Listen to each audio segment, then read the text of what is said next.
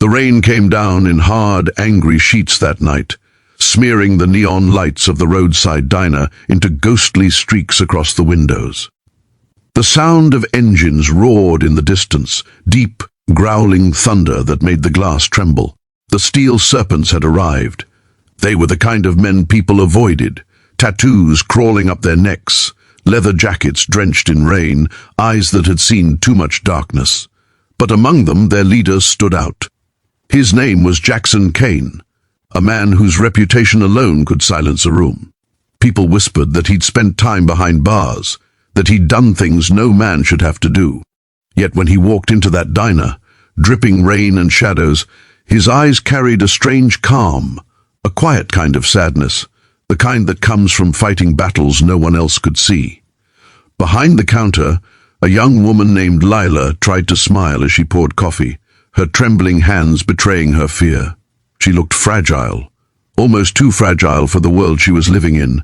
But Jackson noticed something no one else did, faint purple bruises creeping out from under her sleeve as she reached for a mug. Her wrist was swollen, and when their eyes met, she flinched like she'd been caught doing something wrong. In that instant, Jackson felt something inside him shift. He'd seen bruises like that before, on his own sister, years ago, before the world had stolen her light. And as much as he tried to look away, he couldn't. Not this time. If you believe in kindness, second chances, and standing up for what's right, please like, comment, share, and subscribe. It helps us tell more stories that remind people there's still good in this world. Jackson sat there in silence, watching Laya from across the room as the rain kept falling. Every time the door opened, she jumped.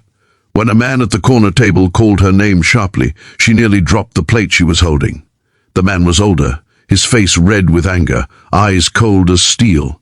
He wore a cheap suit that didn't fit. His tie loosened, like he'd stopped caring about appearances long ago. He didn't even look at her when he spoke, just barked orders, treated her like she was nothing.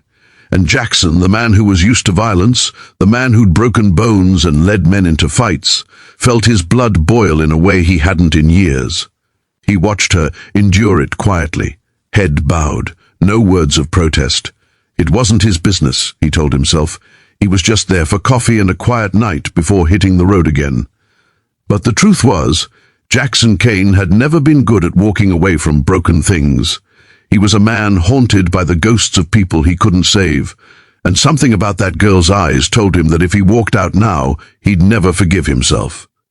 Hours passed and the diner grew empty. The storm outside softened to a drizzle.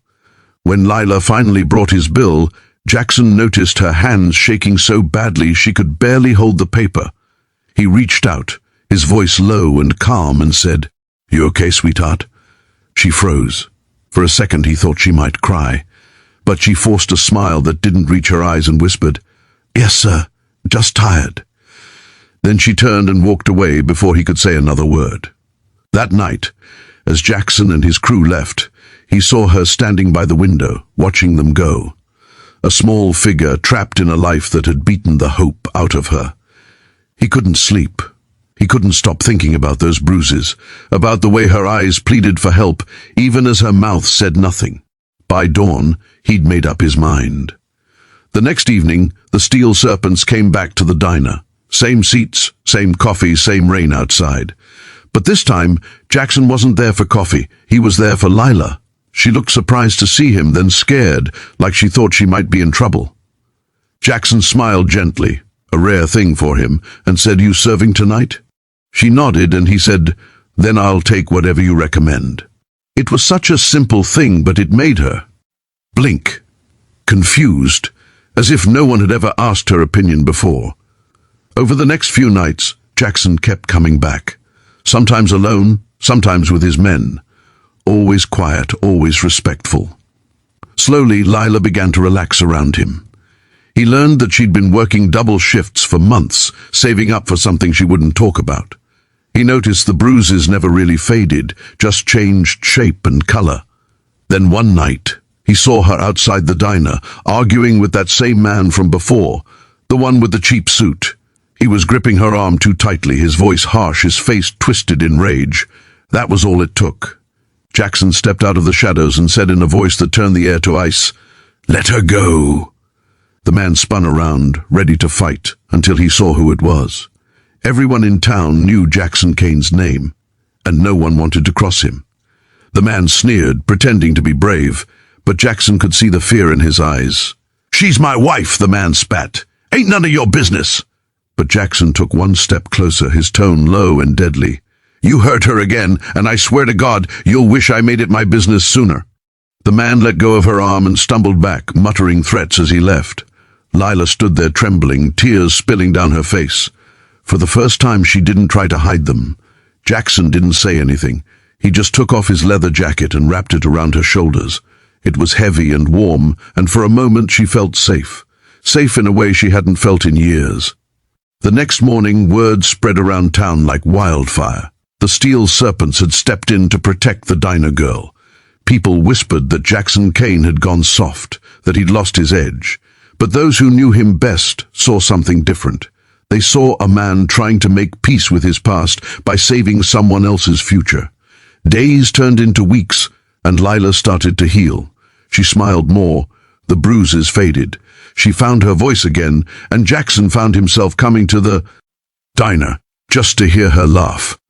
He told himself he wasn't getting involved, that he was just making sure she stayed safe. But deep down, he knew he was lying. For the first time in years, he cared, and that scared him more than anything. One evening, when the sun dipped low and painted the sky gold, Jackson found Lila sitting outside on the diner steps, staring at the horizon. She looked peaceful, but her eyes were still shadowed by pain. She told him she was leaving town soon, heading somewhere new to start over. He didn't try to stop her. He just nodded, proud of her for finding the courage he'd once lost. But fate had other plans. A few nights later, Lila's husband showed up drunk, waving a gun, shouting her name. The diner was full, and panic spread like wildfire. Jackson was sitting by the window when he saw her face pale with terror. Before anyone could react, the man grabbed her by the hair and screamed, "If I can't have you, no one will!" In that split second, Jackson moved. Everything went silent. The world slowed down. He didn't think, he just acted. By the time the police arrived, the man was on the ground, the gun kicked away, and Jackson was standing over him, blood on his knuckles, chest heaving. He didn't care what it cost him. All he knew was that Lila was safe. When the police took the man away, Lila ran to Jackson and hugged him like her life depended on it. She sobbed into his chest, whispering thank you over and over. Jackson just held her, eyes closed, feeling the storm inside him finally quiet. The town that once feared him now looked at him differently. The man they'd called dangerous had done something no one else had the courage to do. He'd protected someone who couldn't protect herself, and in doing so, he'd redeemed himself. Weeks later, Lila left town for good. She left a letter for Jackson at the diner. It was short, but he read it every night. "You once told me that broken things can be mended if someone cares enough to try. You were right. Thank you for being the first person who ever tried for me. I hope one day you'll forgive yourself the way you helped me forgive the world." Jackson folded the letter, tucked it inside his jacket, and walked out into the rising sun. The road stretched ahead, long, endless, and filled with promise. He didn't know where it led, but for the first time in his life, it didn't matter. Because somewhere out there, a girl named Lila was free, and that was enough. If this story touched your heart, please like, share, and subscribe. Leave a comment to remind the world that even the toughest hearts can still do something kind. Special request, comment. There's still good in this world if you believe kindness can change lives. That night, as the engines roared and the steel serpents disappeared into the dark, the town lights flickered behind them. Somewhere in the quiet, a waitress smiled through her tears, whispering a prayer of gratitude for the man who taught her that even in a world of violence and pain, there's always room for compassion. And Jackson Kane, the biker who once believed he was beyond saving, finally found peace in the simple truth he'd learned too late. Sometimes saving someone else is the only way to save yourself.